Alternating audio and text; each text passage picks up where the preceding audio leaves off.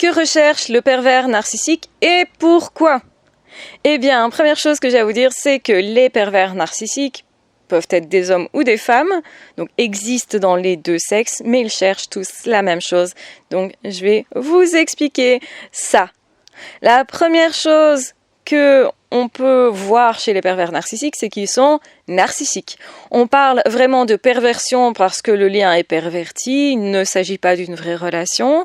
Et on parle de narcissisme parce que cette personne, elle n'est que centrée sur elle et c'est vraiment excessif. Donc autrement dit, l'autre ne compte pas. Donc vous devez bien comprendre ce cas de figure parce qu'effectivement, si vous ne comprenez pas que la personne que vous avez en face n'est pas vraiment une personne finalement, n'est pas quelqu'un qui cherche la relation, eh bien, vous aurez tendance à essayer plein de stratégies qui sont tout à fait logiques pour créer du lien avec l'autre. Vous allez essayer de vous changer, par exemple. Vous allez essayer d'être plus gentil, plus compréhensif, d'avoir des explications, de parler, et tout ça, ne portera pas ses fruits parce que les pervers narcissiques ne parlent pas avec les autres, ne sont pas capables d'expliquer ce qui se passe au fond d'eux, puisqu'en fait, au fond d'eux, il ne se passe pas grand-chose, si ce n'est beaucoup de colère, de volonté de destruction. Ils veulent se grandir par le fait de détruire la vie des autres. Donc en fait, puisqu'ils ne savent pas, eux, briller et qu'ils ne veulent pas faire les efforts d'être vraiment eux-mêmes, dans le sens de pouvoir progresser, apprendre, etc., ce qui demande du courage, comme ils ne veulent pas faire tout ça parce que ça demande trop d'efforts, c'est trop compliqué, etc., ils passent leur temps à se concentrer sur la vie des autres et en l'occurrence la vôtre. C'est-à-dire qu'ils vous sélectionnent comme victime parce qu'ils trouvent que vous êtes riche intérieurement, que vous pourriez faire beaucoup dans la vie, mais comme vous manquez un peu de confiance en vous, c'est la porte d'entrée qu'ils vont utiliser pour entrer dans votre vie, vous faire croire que votre vie va être beaucoup plus facile avec eux que sans, et finalement c'est l'inverse évidemment qui va se produire. C'est-à-dire que ce sont des personnes qui vont passer leur temps, prendre toute leur énergie pour briser votre vie à vous.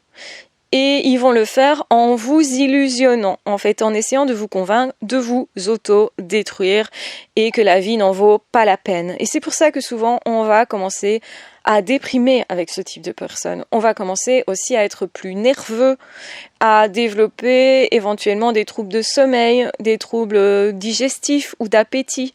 Parce que ils vont impacter tout ce qu'ils peuvent impacter et votre corps va vous dire il y a un truc qui ne va pas, regarde, je ne sais plus dormir, je ne suis pas calme, je suis anxieux parce que justement j'ai peur de quelque chose, il y a un danger dans l'environnement, c'est ça que ça veut dire. En plus, effectivement, si je ne digère pas bien, c'est que je ne digère pas ce que je suis en train de vivre parce que c'est pas acceptable. Donc mon corps me dit n'accepte pas ça. Et donc que recherche le pervers narcissique? Pourquoi ils vous font autant mal, en fait? C'est parce qu'eux-mêmes ne sont pas capables de construire leur propre vie et que donc ils sont jaloux de vous. Et ils veulent se convaincre, eux, et vous convaincre, vous, qu'ils sont au-dessus de vous et que vous êtes des minables. Parce que ça les rassure de voir que finalement, vous n'êtes pas si heureux que ça, que finalement, vous n'êtes pas si capable que ça, que finalement, vous ne savez pas faire tant que ça. Et donc, ils vont vous mettre en échec de façon perpétuelle pour se rassurer, eux, et aussi parce qu'ils éprouvent du plaisir, un vrai plaisir, à vous voir souffrir, à vous voir vous perdre, à vous voir galérer à comprendre la situation.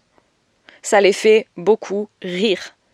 Quand vous cherchez à les aider et à les aimer, ils ne comprennent pas l'amour, ils ne comprennent pas cette aide qui est pourtant gratuite. Et du coup, ça les fait rigoler. Ils ne savent pas utiliser ça pour eux commencer à travailler sur eux en fait. Parce que pour faire ça, il faut être mature. Pour faire ça, il faut avoir une intériorité qu'ils n'ont pas développée. C'est pas votre aide qui est inefficace.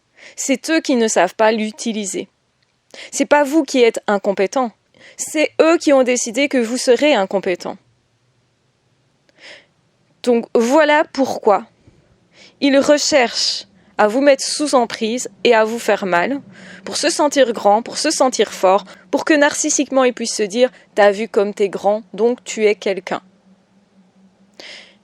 Alors qu'en réalité, ils ne sont personne, ils sont vides à l'intérieur, ils sont morts, et c'est pour ça que j'ai souvent dit, ils ont des yeux morts, ils ont un corps qui semble parfois inerte ou hyper rigide, hyper dans le contrôle, et on a l'impression d'une présence, mais on va se rendre compte que c'est incohérent, que tout ce qu'ils font, ce qu'ils disent est toujours incohérent. Preuve justement qu'ils n'ont pas vraiment d'avis propre, qu'ils n'ont pas vraiment de personnalité en tant que telle. Et c'est pourquoi on a effectivement classé ces troubles-là, plus exactement, dans les troubles de personnalité.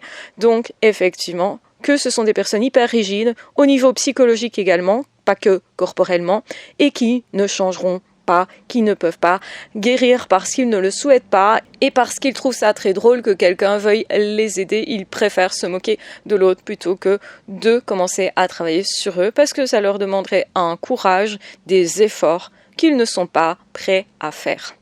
Je vous embrasse bien fort, je vous aime très fort, prenez bien soin de vous. Si vous voulez aller plus loin, j'ai des formations en barre d'infos qui valent de l'or, sincèrement, et qui vous permettront de faire l'économie de beaucoup de séances, justement, de psychothérapie ou de psychologie. Donc attention, effectivement, quand on ne travaille pas sur soi en profondeur, qu'on ne fait juste que comprendre, le problème de ça, c'est qu'on risque à nouveau de retomber sur des pervers narcissiques parce qu'on n'a pas vraiment tout enlevé, les racines qui ont été utilisées dans notre vie par le pervers narcissique doivent être enlevées et en plus on peut transformer ça de façon justement à s'épanouir dans la vie, c'est ce que je vous propose, c'est l'occasion en or finalement aussi pour aller plus loin dans la vie, pour s'épanouir, etc. Et donc effectivement que je vous encourage à faire cette démarche si vous sentez que c'est le bon moment pour vous, que c'est effectivement quelque chose qui va vous en apporter beaucoup et c'est sûr. Parce que moi-même, j'ai vécu beaucoup de choses à ce niveau-là très très jeune et donc c'est pour ça que je sais exactement tout ce qu'on ressent et que je sais exactement tout ce qu'il faudra soigner à ce niveau-là. Donc prenez bien soin de vous.